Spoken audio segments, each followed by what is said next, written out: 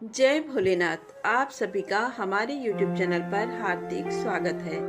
आज सुने शनिदेव जी की पौराणिक कथा।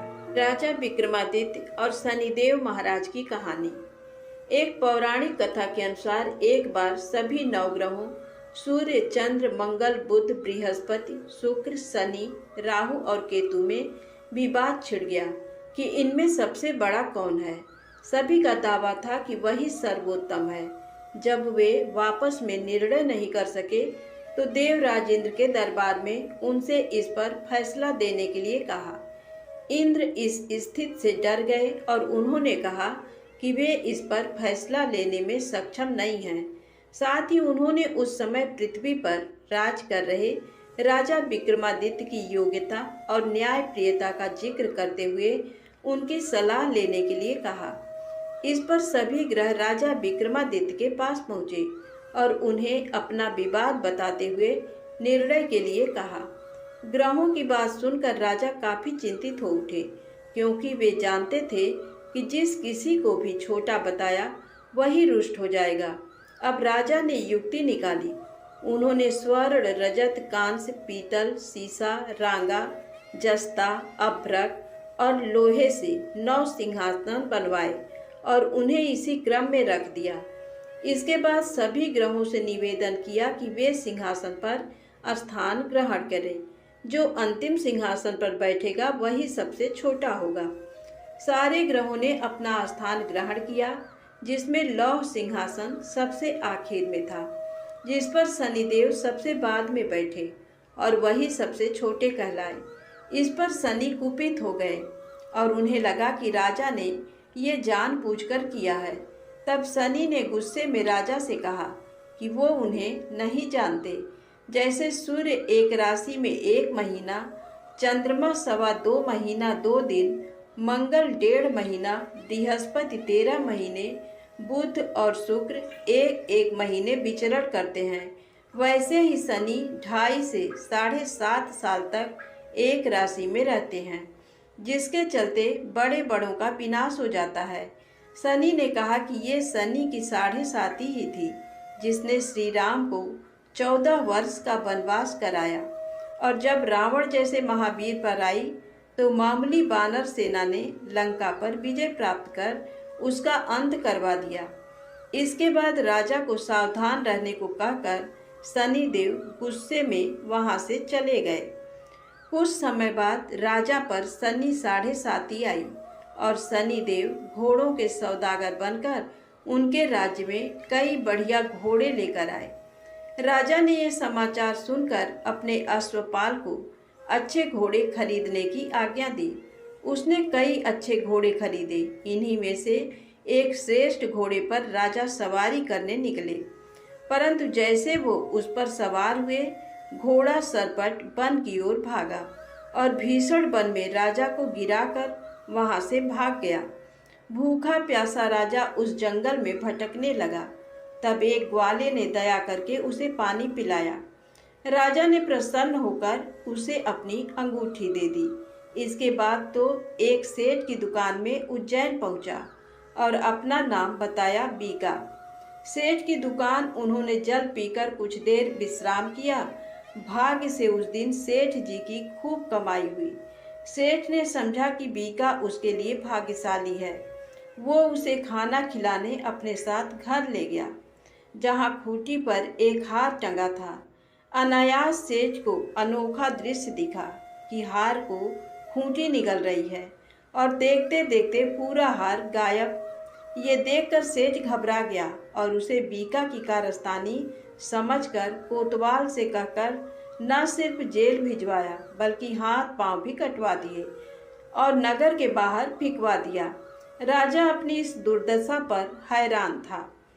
जहां बीका गिरा था, वहां से गुजर रहे एक तेली को उस पर दया आ गई और उसने अपनी बैलगाड़ी में उसे चढ़ा लिया।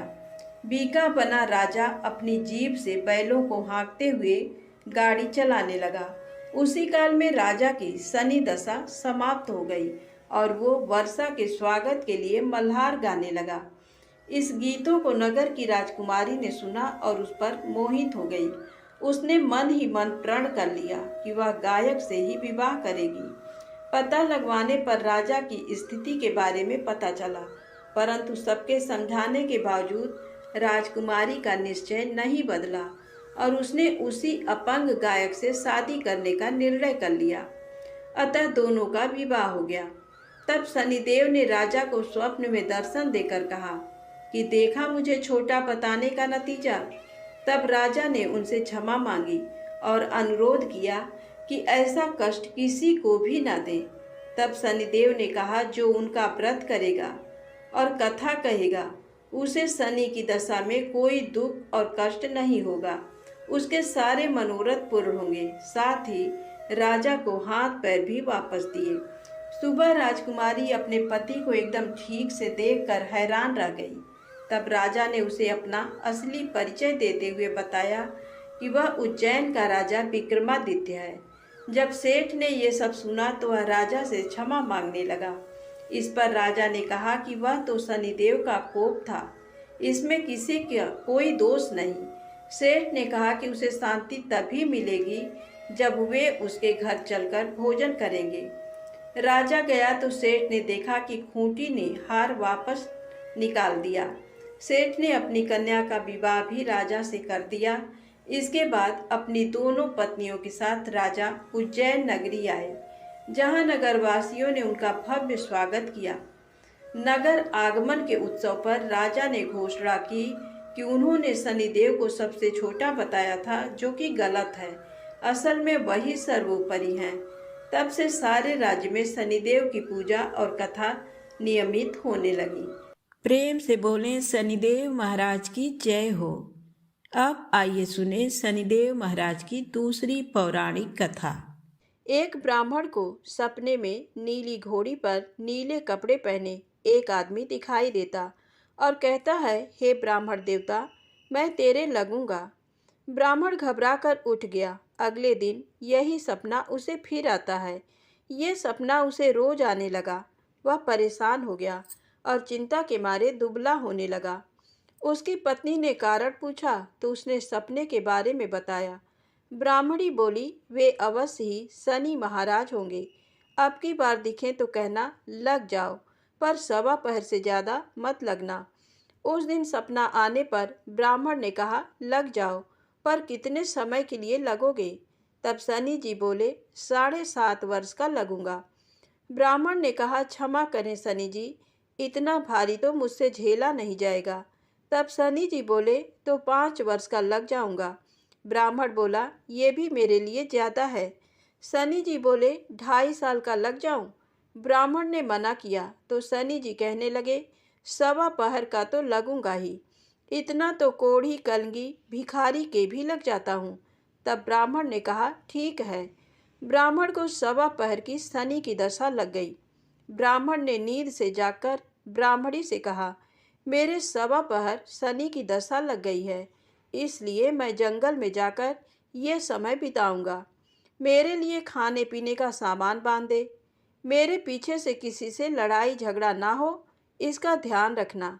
ज़्यादातर घर में ही रहना। बच्चों का भी ध्यान रखना। इस सवा पहर के समय में कोई गाली भी दे तो चुपचाप सुन लेना, बहस मत करना। ये सब समझाकर ब्राह्मण जंगल में चला गया। जंगल में ब्राह्मण एक पीपल के पेड़ के नीचे बैठ गया और हनुमान जी का पाठ करने लगा। एक पहर बीत गया। ब्राह्मण ने सोचा बाकी बचा समय रास्ते में बीत जाएगा, इसलिए वहां से चल दिया। रास्ते में एक बाड़ी में मतीरे लगे देखे। माली से एक मतीरा खरीदा, पोटली में बांधा और आगे बढ़ा। आगे एक आदमी मिला जो असल में शनिदेव जी थे। ब्राह्मण से पूछा, पोटली में क्या है? उसने कहा, मतीरा है। शनिदेव बोले, दिखाओ। ब्राह्मण ने पोटली खोली। उसमें राजकुमार का कटा हुआ खून से लथपथ सिर देखा। शनिदेव ब्राह्मण को राजा के पास ले गए और कहा कि इस ब्राह्मण ने राजकुमार की हत्या कर दी है। इसके पास पोटली में राजकुमार का सिर है। राजा ने कहा, मैं ये नहीं देख सकता, इस ब्राह्मण को सूली पर चढ़ा दो। राजा के यहाँ हाहाकार मच गया। ब्राह्मण को सूली पर चढ़ाने से पहले पूछा गया कि उसकी कोई आखिरी इच्छा हो तो बताए। ब्राह्मण ने सोचा किसी तरह सवा पहर पूरा करना होगा। उसने कहा वह रोज बालाजी की कथा सुनता है। मरने से पहले अंतिम बार बालाजी की कथा सुनना चाहता हूँ। ब्राह्मण को कथा सुनाने का प्रबंध किया गया। कथा कहते कहते सवा पहर पूरा हो गया। शनि की दशा टलते ही राजकुमार शिकार खेलकर लौटता हुआ दिखाई दिया। राजकुमार को आता देख राजा बहुत खुश हुआ, लेकिन उसे निर्दोष ब्राह्मण की हत्या का दोष लगने का डर सताने लगा। उसने तुरंत घुड़सवार सैनिकों को ब्राह्मण को आदर सहित ले आने के लिए भेजा। ब्राह्मण राज दरबार में आया तो राजा ने क्षमा मांगी और पोटली दिखाने के लिए कहा। पोटली खोली तो उसमें मतीरा था। राजा ने इन सब के बारे में पूछा तो ब्राह्मण ने बताया, मुझे सवा पहर की शनिश्चर की दशा लगी थी, इस कारण ये सब तमाशा हुआ।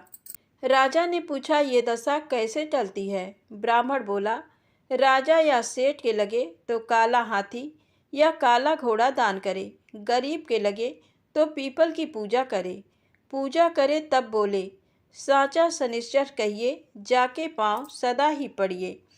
शनि की कहानी सुने, तिल का तेल और काला उड़द दान करे, काले कुत्ते को तेल से चुपड़कर रोटी खिलाए तो शनिश्चर की दशा उतर जाती है।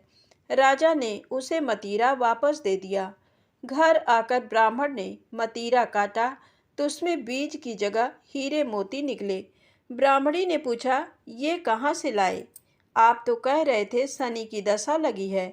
ब्राह्मण ने कहा, जब दशा लगी थी तो यही मतीरा राजकुमार का सिर बन गया था। उतरती दशा के शनि जी निहाल कर गए। हे शनि देवता, जैसी ब्राह्मण के शनि की दशा लगी वैसी किसी को ना लगे। प्रेम से बोले शनिदेव जी महाराज की जय हो। एक बार शनिदेव को अपनी शक्ति पर अपार घमंड हो गया।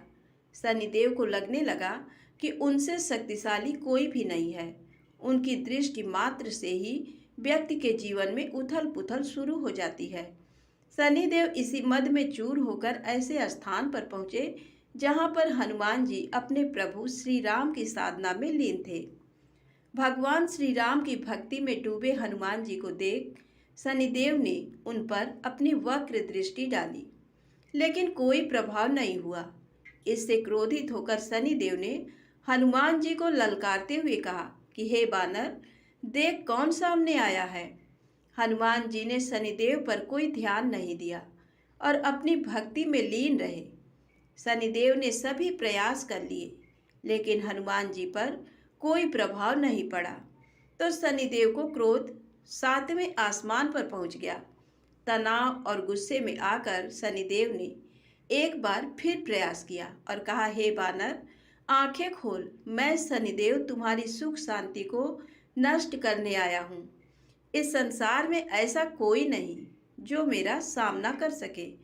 शनिदेव को ये विश्वास था कि ऐसा करने से हनुमान जी भयभीत हो जाएंगे और क्षमा मांगेंगे, लेकिन ऐसा कुछ भी नहीं हुआ।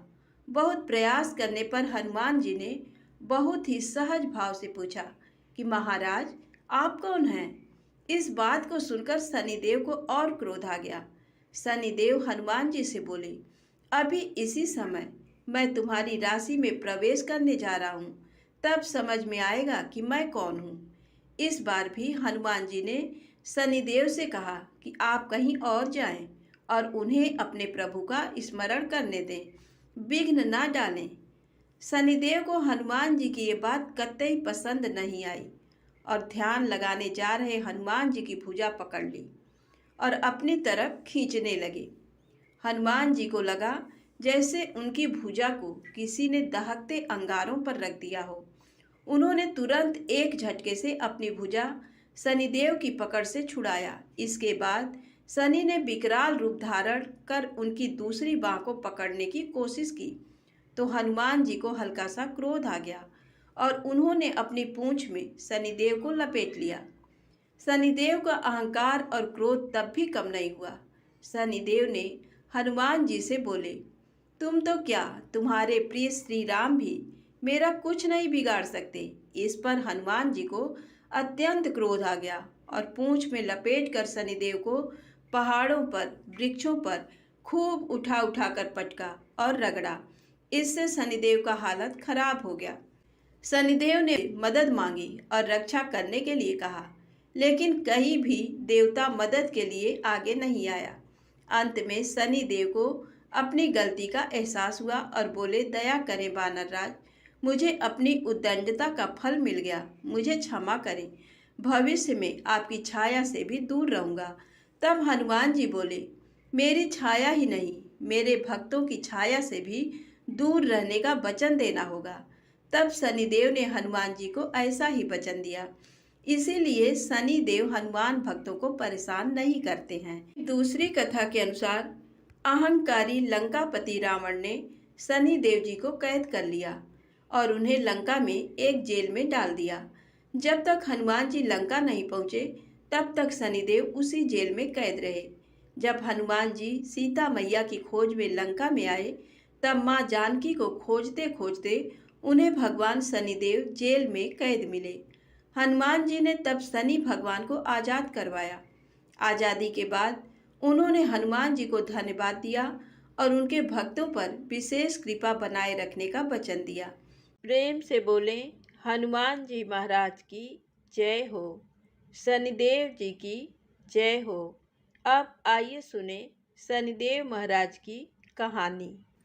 किसी एक नगर में एक ब्राह्मण रहते थे। उनके 3 बहुएं थीं। एक बार वह अपनी छोटी बहू को घर छोड़कर खेतों में काम करने सबको लेकर चला गया। वह छोटी को जाने के पहले भोजन बनाने और पूजा की तैयारी का उपदेश देकर चला गया। वह बड़ी दानी स्वभाव की थी। सबके चले जाने पर कोढ़ी का रूप रखकर शनि भगवान आए। उन्होंने तेल उबटन लगाने के लिए कहा, फिर नहाने के लिए गर्म पानी मांगा और फिर पेट भर खाना मांगा। उस दानी स्वभाव की बहू ने उनके कहे मुताबिक सब कुछ कर दिया। उन्होंने खूब डटकर भोजन किया और पत्तल को मोड़कर छप्पर में खोस गए। शाम को परिवार के सभी लोग आए। सभी चीज़ें तैयार थीं, केवल खाना कम था। पूछने पर पता लगा कि बहू ने एक भिखारी को खिलाया था। ब्राह्मण ने उससे असंतुष्ट होकर दूसरे शनिवार को बड़ी बहू को घर में रखा और सब लोग खेतों में काम करने चले गए। उसी भांति शनि भगवान आए और वही सब मांगा, पर बड़ी बहू ने कह दिया, हमारे यहाँ कुछ नहीं है। शनि देवता ने कह दिया तो ऐसा ही हो, और चले गए। वापस आने पर ब्राह्मण ने देखा कि कुछ भी तैयार नहीं था और भोजन गायब हो गया था। अगले शनिवार को मझली बहू को घर पर रखा और उसने भी बड़ी की तरह ही किया।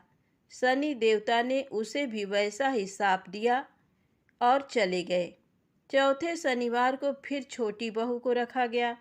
उसने पहले की ही भांति शनि देवता के आने पर किया। शनि देवता अपनी जूठी पत्तल छप्पर में फिर खोसकर चले गए। घर वापस आने पर सबने देखा कि घर अच्छी अच्छी चीज़ों से जगर मगर हो रहा है। रसोई में नाना प्रकार के व्यंजन, मिठाई, पकवान बने हुए रखे हैं। सबको बड़ा आश्चर्य हुआ कि निर्धनता में भी ये सब कैसे बन गया। बहू ने बतलाया, कोढ़ी आया था, उसकी कुछ सेवा कर दी थी और भोजन करा दिया था। ब्राह्मण समझ गया कि शनि देवता आए थे, उन्हीं की कृपा से ये सब हुआ। उसने अपना घर देखना शुरू किया तो छप्पर में खोसे हुए पत्ते मिले, जिनमें हीरा जवाहरात भरे थे। बहू ने बतलाया, ये तो भिखारी की जूठन है। शनि भगवान की कृपा से उनके घर में धन संपत्ति भर गई। हे शनि देवता, जैसे छोटी बहू पर कृपा की वैसे सब पर करना। कहानी कहने वालों पर भी, कहानी सुनने वालों पर भी।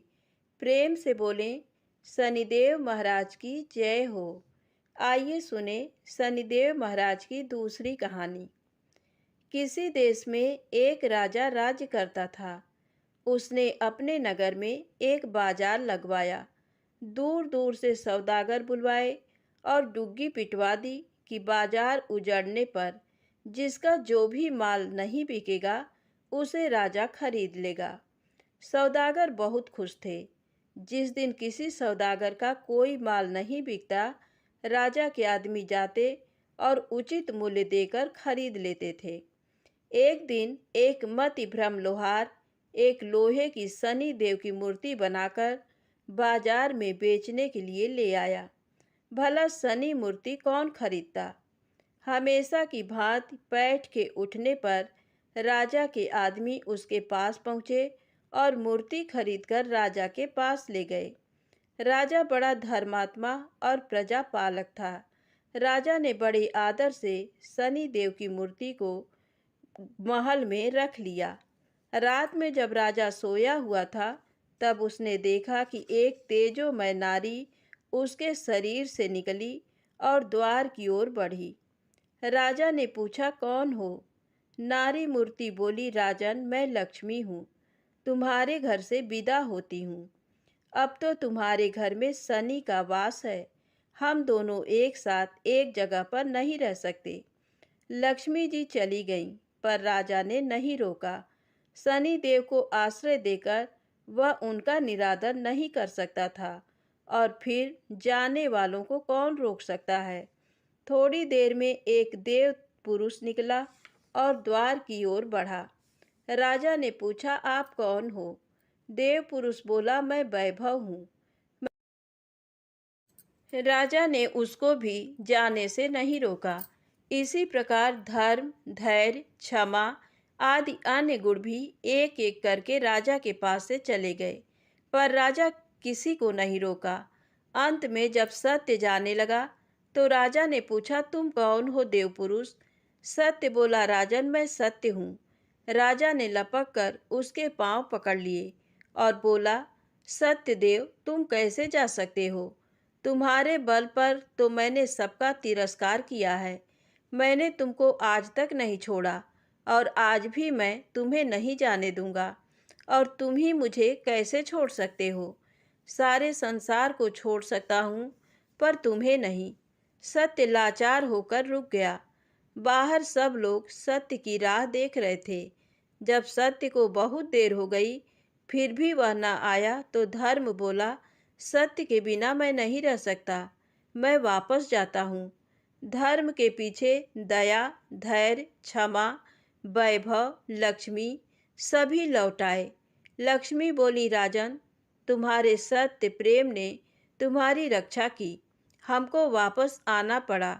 तुम्हारा जैसा सत्यवादी दुखी नहीं रह सकता। इस प्रकार राजा के सत्य प्रेम के कारण लक्ष्मी जी और शनि देव एक ही स्थान पर रहने लगे। तो प्रेम से बोले, शनिदेव महाराज की जय हो। प्रेम से बोले, सत्यदेव महाराज की जय हो। आइए सुने प्रभु श्री राम के द्वारा लक्ष्मण के त्याग की कहानी। कमल नयन भगवान श्री रामचंद्र जी लोकापवाद के कारण सीता जी का परित्याग करके अयोध्या का राज्य करने लगे। उन्होंने दूसरी किसी स्त्री को पत्नी रूप में किसी तरह भी स्वीकार नहीं किया। यज्ञ कार्य की सिद्धि के लिए भी पत्नी के स्थान पर सीता देवी की स्वर्णमयी प्रतिमा को ही बिठाया। श्री राम ने 11,000 वर्षों तक ब्रह्मचर्य का पालन करते हुए निष्कंटक राज्य किया। तदनंतर श्री रामचंद्र जी के भवन में एक देवदूत आया और बोला, भगवान, मुझे इंद्र ने भेजा है, अतः आप मुझसे एकांत में मिलिए। तब भगवान श्री राम ने एकांत में जाकर लक्ष्मण जी से कहा, लक्ष्मण, मैं जब तक इस देवदूत के साथ बैठकर वार्तालाप करूं, तब तक कोई यहाँ न आवे। यदि कोई आवेगा तो उसे मृत्यु दंड दिया जाएगा। अतः तुम राजद्वार पर उपस्थित रहकर इस बात की ओर दृष्टि रखो कि कोई आ न जाए और किसी के लिए वध का प्रसंग न उपस्थित हो जाए। लक्ष्मण ने बहुत अच्छा कहकर आज्ञा स्वीकार की और वे स्वयं राजद्वार पर खड़े होकर पहरा देने लगे। इधर देवदूत ने श्री राम के साथ वार्तालाप प्रारंभ किया। इंद्र तथा अन्य स्वर्गवासियों का संदेश सुनाते हुए उसने इस प्रकार कहा, महाभाग, आपने रावण का विनाश करने के लिए ही भूतल पर अवतार धारण किया था। वह दुष्ट मारा गया, त्रिभुवन का कंटक दूर हुआ। आपने इस समय देवताओं का सब कार्य पूर्ण कर दिया। अब यदि आपकी रुचि हो तो मृत्यु लोक त्याग कर दिव्य लोक में पधारिए। इसी समय मुनिश्रेष्ठ दुर्वासा वहां आए और लक्ष्मण जी से पूछने लगे, श्री रघुनाथ जी कहाँ हैं? लक्ष्मण बोले, विप्रवर, मुझ पर दया करके थोड़ी देर यहीं ठहर जाइए। महाराज किसी देव कार्य से एकांत में बातचीत में लगे हुए हैं। दुर्वासा बोले, यदि अभी मुझे राजा श्री रामचंद्र जी दर्शन नहीं देंगे तो मैं समस्त रघुकुल को शाप देकर भस्म कर डालूंगा। ये सुनकर लक्ष्मण जी ने मन ही मन दुखी होकर कुछ विचार किया और स्वयं श्री रामचंद्र जी के समीप जाकर हाथ जोड़ साष्टांग प्रणाम करके कहा, देव, मुनिश्रेष्ठ दुर्वासा दर्शन के लिए राजद्वार पर खड़े हैं, उनके लिए क्या आज्ञा है? लक्ष्मण जी का वचन सुनकर श्री रामचंद्र जी ने देवदूत से कहा, तुम देवराज के पास जाकर ये कह देना कि मैं 1 वर्ष के अंदर ही आपके समीप आ जाऊंगा। दूत से ऐसा कहकर भगवान ने लक्ष्मण से कहा, वत्स, दुर्वासा मुनि को शीघ्र भीतर ले आओ। तत्पश्चात मुनि के आते ही श्री राम ने मुनि को अर्घ्य दे प्रणाम किया और हर्ष युक्त वाणी में कहा, मुनि श्रेष्ठ, आपका स्वागत है।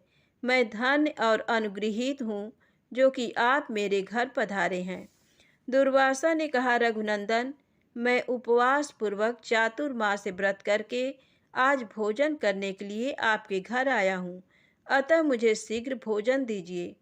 तब श्री रामचंद्र जी ने मिष्ठान आदि से मुनि की यथेष्ट भोजन कराकर तृप्त किया। इस प्रकार भोजन करके आशीर्वाद दे दुर्वासा मुनि चले गए। तब लक्ष्मण ने भगवान श्री राम से कहा, प्रभो, अब मुझे मृत्यु दंड मिलना चाहिए।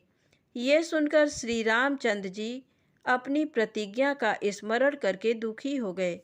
तब लक्ष्मण ने कहा, प्रभो, अपने वचन को बिना किसी हिचक के सत्य कर दिखाना यही राजाओं का परम धर्म है। लक्ष्मण की बात सुनकर श्री राम के नेत्रों में आंसू भर आए। उन्होंने धर्मशास्त्र के जानने वाले मंत्रियों से बहुत देर तक सलाह ली और अंत में लक्ष्मण जी से कहा, सुमित्रा नंदन, आज मैंने तुम्हें त्याग दिया, तुम शीघ्र दूसरे देश को चले जाओ। साधु पुरुषों का त्याग अथवा वध दोनों बराबर है। तत्पश्चात लक्ष्मण जी अपने घर में माता, पत्नी, पुत्र या सुहृद किसी के साथ सम्मति न करके सरयू के तट पर चले गए।